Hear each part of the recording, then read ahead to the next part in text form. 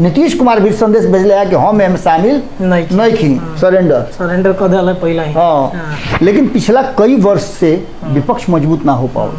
हालांकि भारतीय जनता पार्टी मजबूत बा कि जरूरत का पड़ गई काल तकले एगो संयोजक बनावे खातिर तैयार न रहे है लालू प्रसाद, अब सीधे उनका के प्रधानमंत्री बनावे के तैयारी कर दिले।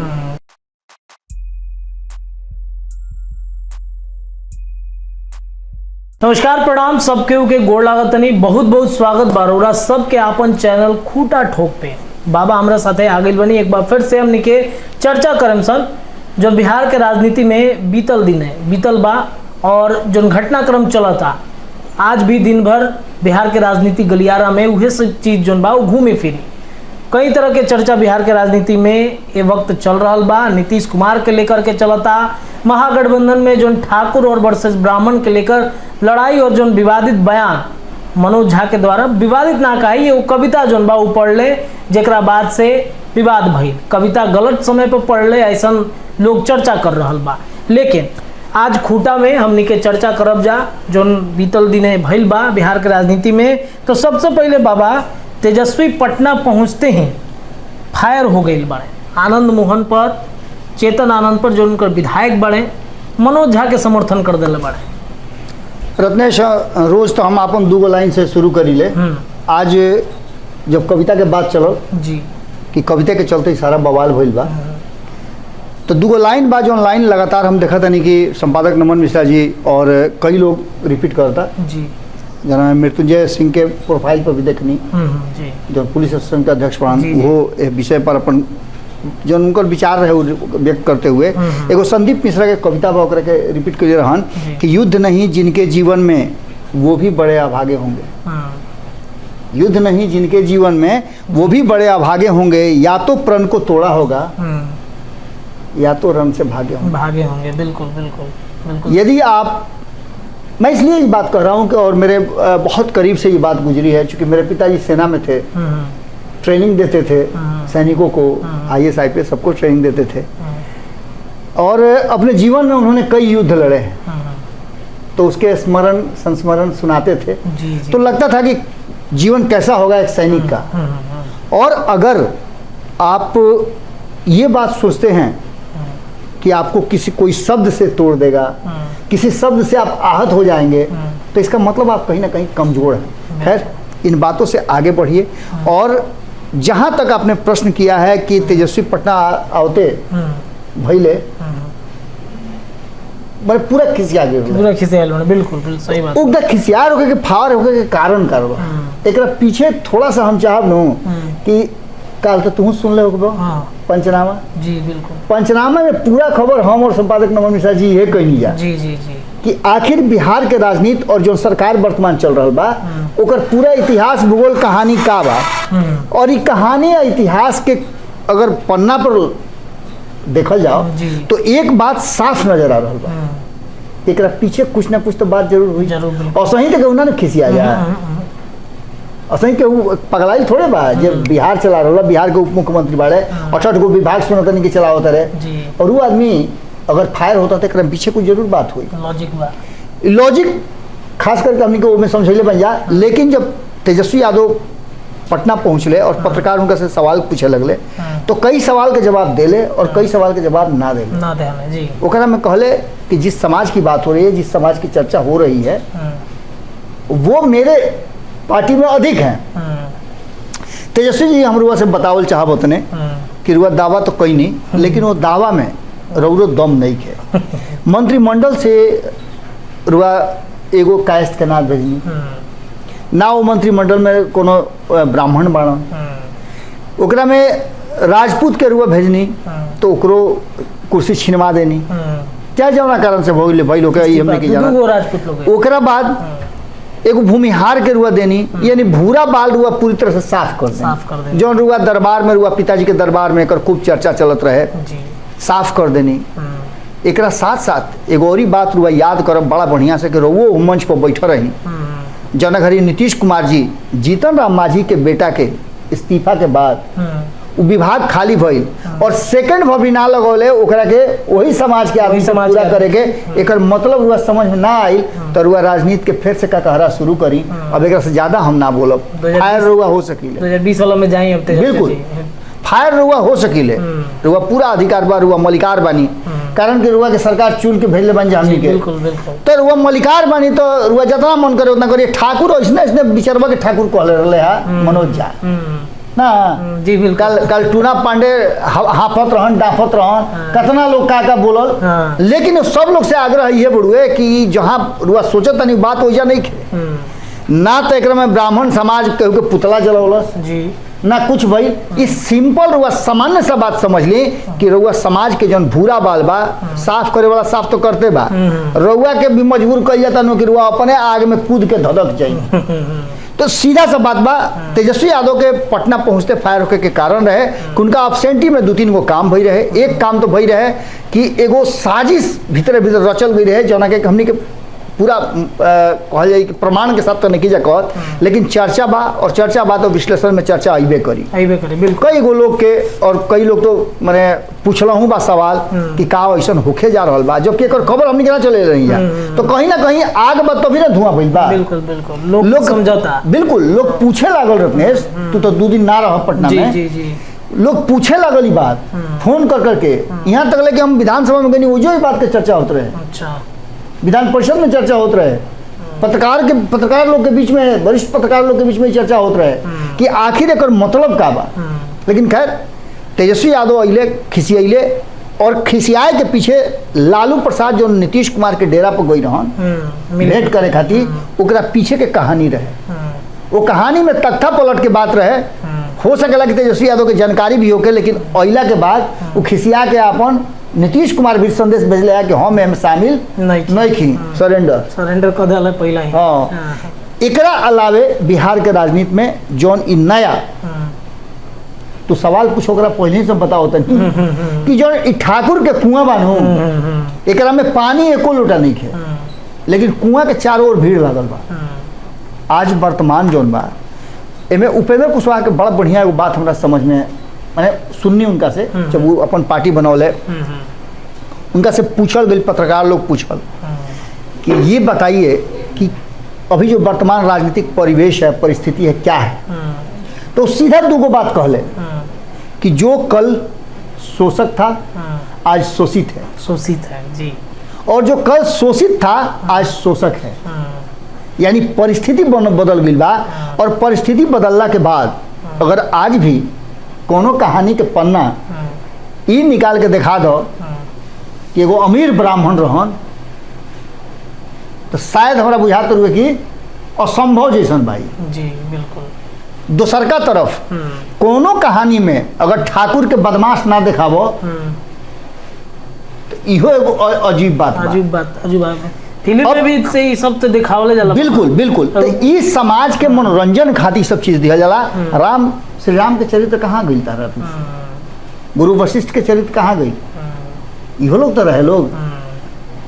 चाणक्य के चरित्र कहाँ गई चंद्रगुप्त के चरित्र कहाँ गई बिल्कुल इहो तो एगो लोग रहे। आज वही लोग के उदाहरण दे करके और राजनीति के ककहरा पढ़ल जाला कि हम चाणक्य हैं हम काहे तू चाणक्य अपना कहे भाई जो ब्राह्मण से तरह कोनो लेना देना है ये नहीं कहता चाणक्य तो ब्राह्मणे रहन और उनके जगह पर खड़ा हो गया तार बेचैनी भइल बा क्या फलानवा चाणक्य चिलनवा चाणक्य हमका से तो शर्म लागे के चाहिए न कि जौना के तू गरियावत रह जौना संगे तू मैं करता रह ओकर संगे ही करता रह। खैर ठाकुर के कुआं जौन वायरल भइल ई एक तरह से कहलूँ तो दुर्भाग्य बा बिहार के ये दुर्भाग्य बा कि एक तरीका के चर्चा आज आज़ादी के 75 साल के 74 साल के बाद भी अगर हो रहा बा हमनी के कहाँ जाए के तैयारी में बानी जा।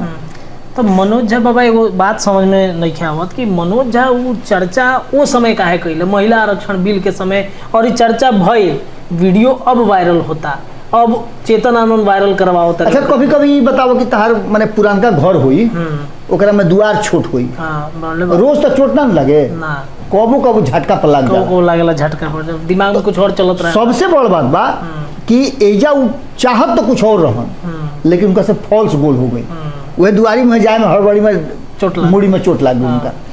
देखो मनोज झा के सोच पर, मनोज झा के जौना पार्टी में बाड़न, जौना पार्टी के आइडियोलॉजी बा वो हिसाब से चल रहा हूँ। जी कहाँ तू देखला है कि कोनो ब्राह्मण नेता अपना ब्राह्मण समाज के बैठा करके भोज करावत रहा, जीतला के बाद वाली कोनो जना के देखला है? चाहे कोनो ब्राह्मण गई उनका दुआरी पर तो कुछ कहस, शिवानंद तिवारी तो ब्राह्मणे हवे, कई गो ब्राह्मण का दुआरी पर आवेले उनका से मदद मांगे खातिर।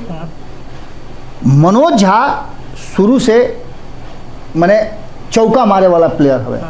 जितना भी अब तक के इस तरीका के बिल पास भइल बा, कभी झुनझुना लेके जाए वाला देख लो।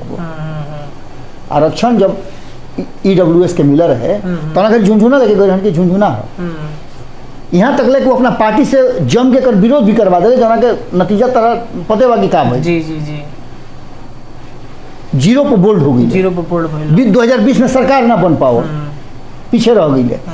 अब की हाली वो कहल तो ही चाहत रहन, पार्टी के आइडियोलॉजी रहे कि एकरा में OBC आरक्षण चाहिए, लेकिन OBC आरक्षण और महिला बिल कि एक जगह ले आवे में कहीं ना कहीं उनका से वो गलती हो गई कि ठाकुर वाला बात कह दिले, जौन कि उनका ठाकुर वाला बात ना महिला के कई गो उदाहरण रहे जौन कि दे सकत रहे। जी बिल्कुल, बिल्कुल। लेकिन ओइजा उनका से फॉल्स गोल हो गई, और गोल भइला के बाद संपादक नमन विषय से हमारा बातचीत होते रहे पंचनामा के दौरान, जब हमने के पंचनामा के विषय में बहुत सारा बात कही जा, वो बीच में एगो प्रसंग इहो हमनी के सामने आई रहे कि का जो वर्तमान परिस्थिति बा, नीतीश कुमार के सरकार के तख्ता पलट के जो तैयारी रहे, जौन खुसरूपुर में घटना भई रहे, इस सब से ध्यान भटकावे के कहीं कोशिश तो ना रहा। जी बिल्कुल, वो प्रश्न अभी हम पूछे वाला रहनी है। बिल्कुल, वो ध्यान कहीं जो महिला के साथ विभत्स घटना भइल बा, जना के चर्चा आज मेन स्ट्रीम मीडिया जन बा उन्हें के कर पाओ, तो हमनी के तो एगो समझी तो एगो आचार संहिता में बंधल बनी जाए। बिल्कुल, बिल्कुल। यूट्यूब जन बा हमनी के चैनलों पर हमनी के नहीं से दिखा जाए सब, लेकिन मेन स्ट्रीम मीडिया तो एकरा के हाईलाइट कर सकेला, लेकिन कुआं के बात चलल बा, कुआं वायरल हो गई, ए पर घूमता पूरा मामला, वो विभत्स घटना के उजागर काहे नहीं कइल जा सकत? देखो रत्नेश, पिछला 1 साल में अपराध के आंकड़ा दिखावे में सरकार के फेफड़ी सुखता। भारतीय जनता पार्टी इस देश में देखो लोकतंत्र के सबसे बड़ा खूबसूरती का कि विपक्ष मजबूत हो गया, लेकिन पिछला कई वर्ष से विपक्ष मजबूत ना हो पाओ। हालांकि भारतीय जनता पार्टी मजबूत बा, लेकिन अगर तारा इस समझ में आ जाए कि हमरा जाए के बाद गांधी मैदान, बांसघाट से गांधी मैदान जाए के बाद, और जाए के साधन सिर्फ टेम्पू बा, और टेम्पू वाला खड़ा बा कहता कि गांधी मैदान ना ओकरा से आगे लेके जाई, माने भाड़ा 10 रुपया गांधी मैदान के बा और 20 रुपया वाला भाड़ा उ लेके जाई, तो ओकरा के 2 तबला के मार देबो तो तू कभी ना पहुँचबो, काहे तो बैठेबे ना करी। एक गो रास्ता ओकरा से मंडवाली कलो कि भैया कहाँ जीबो, आ तो हम सिटी जाई, ओजे चले के बा, अपना गंतव्य पर तू उतर जा। हाँ, तब 2 तबला के मार देबो तो तू गंतव्य पर पहुँच जीबो, आ झगड़ो झमेला होई तो कोनो फेरा ना होई। सीधा तू समझ ले बात कि ई पूरा के पूरा रणनीति नीतीश कुमार के विरुद्ध अगर रचत रहतू और ई सोचता रहे कि नीतीश कुमार के तक्का पलट कर दे, तो ई बहुत माने एक तरह समझ असंभव तो नहीं कहब, लेकिन ई माने पत्थर पर दूब उगौला के समान बा, कबो कबो उगेला, लेकिन पत्थर पर दूब उगौला के समान बा, तब उगेला। बिल्कुल, नीतीश कुमार अपना कुर्सी के प्रति जितना सजग रहले,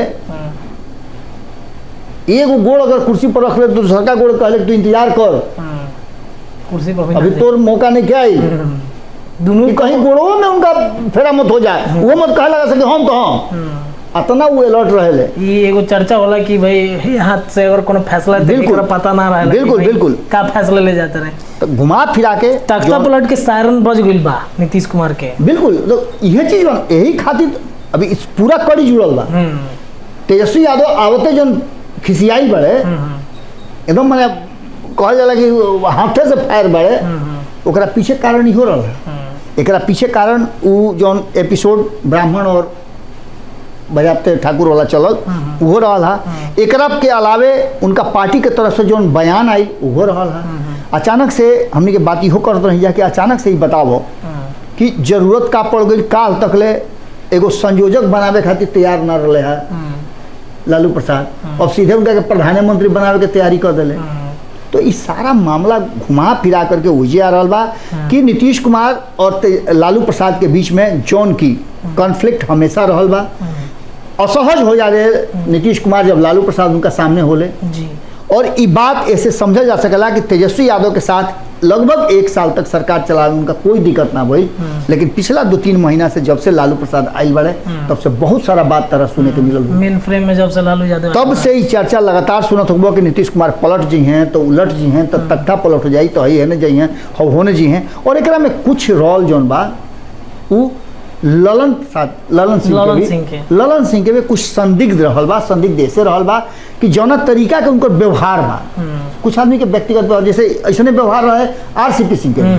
आरसीपी सिंह भी बड़ा एकदम टाइट, एकदम मुँह पर घी लगा के मुँह से रखते ना रहो, लेकिन घी लगा के टाइट रहते हैं, बहुत एडमिनिस्ट्रेटिव राष्ट्रीय अध्यक्ष। हाँ मतलब बहुत एडमिनिस्ट्रेटिव है। उनको सामने लोग कमे जाते रहे, जो उनका 4-5 गो आदमी रहे उहे उनका भी जाए आवे बतियावे के काम होके तो उहे आदमी ले जाके पहुँचावे। वैसे ही ललन सिंह भी बड़ा एडमिनिस्ट्रेटिव हवे, बहुत कड़क बोले ले, कभी कभी उनकर बोली खराब भी लोग के लागेला। लेकिन जब तू कोनो संगठन चलावता रह तारा टाइट हो गए के पड़ी, परिवारे तू चलावता रह तो परिवार में हर कोई के तू बात पूरा कर देबो, कहीं ना कहीं बीच जगह पर रख ले पड़ी, कभी खिसियाऊ के पड़ी कभी मनाऊ के पड़ी। मनावे वाला में ललन सिंह थोड़ा सा कमजोर बा, खिसियाए वाला में मास्टर बड़े। उनके कहले कि का होता रहेगा बाकी जई। हाँ तो इस बात के लेकर के कहीं ना कहीं ललन सिंह भी एकरा में दोषी बाड़े कि वो बार बार बात कहता रहे। नीतीश कुमार एकरा पर चुप्पी भी साध ले तो ये कहता रहे कि हमनी के नरेंद्र मोदी के हरा दे जा, नरेंद्र मोदी को उखाड़ के फेंक दे जा। हम लालू प्रसाद से उनकर नजदीकी के जो चर्चा बा ये भी एगो कारण बा। और यही सब कारण से तख्ता पलट के बाद जो कही जात रहा, आंकड़ा के हिसाब से भी हम समझावे कोशिश कईनी कि कैसे 122 के आंकड़ा पंचनामा में, बिल्कुल पंचनामा में ये बात हम कहले रहनी है कि 122 के आंकड़ा 243 वाला में 122 के आंकड़ा जो की सरकार बनावे खातिर जरूरी बा, वो आंकड़ा के पूरा करे खातिर या वो आंकड़े घटा देवे खातिर ये तैयारी कहीं ना कहीं भीतर खाना में चलत रहा, जौना के सुगबुगाहट तेज भइल रहा और ये संभव ना भइल। कारण कि यहाँ भारतीय जनता पार्टी और कांग्रेस वाला बात ना रहे, Bharatiya Janata party Bai hook and crook करेला और खेला में तू डरा के खेलबो तारा मारे के बच्चा हुआ छक्का और तू लगभग डरा के खेले तो जो छक्का मराई कभी ना मराई। नीतीश कुमार डरा के खेलते रहे कि होइयो जाओ आगे पतो ना चलो, ये असंभव नहीं है ना। आज के आधुनिक युग में सोशल मीडिया के जमाना में ये बहुत जरूरी बा कि सब चीज होत रहेला। चलिए खूटा में बाबा जनबा बता देहनी, चर्चा हो गई कि के तरीका से तेजस्वी के पटना पहुंचते फायर भइले, ठाकुर के जोन कुआं बा वायरल भइल और तख्ता पलट के जोन सायरन बा नीतीश कुमार के बच चुकल बा। खूटा में इतना ही, ऐसे ही तमाम चर्चा खातिर जुड़े रही, देखत रही भारत लाइव और खूटा ठोक पर अपन प्यार जरूर देते रही। बहुत बहुत धन्यवाद।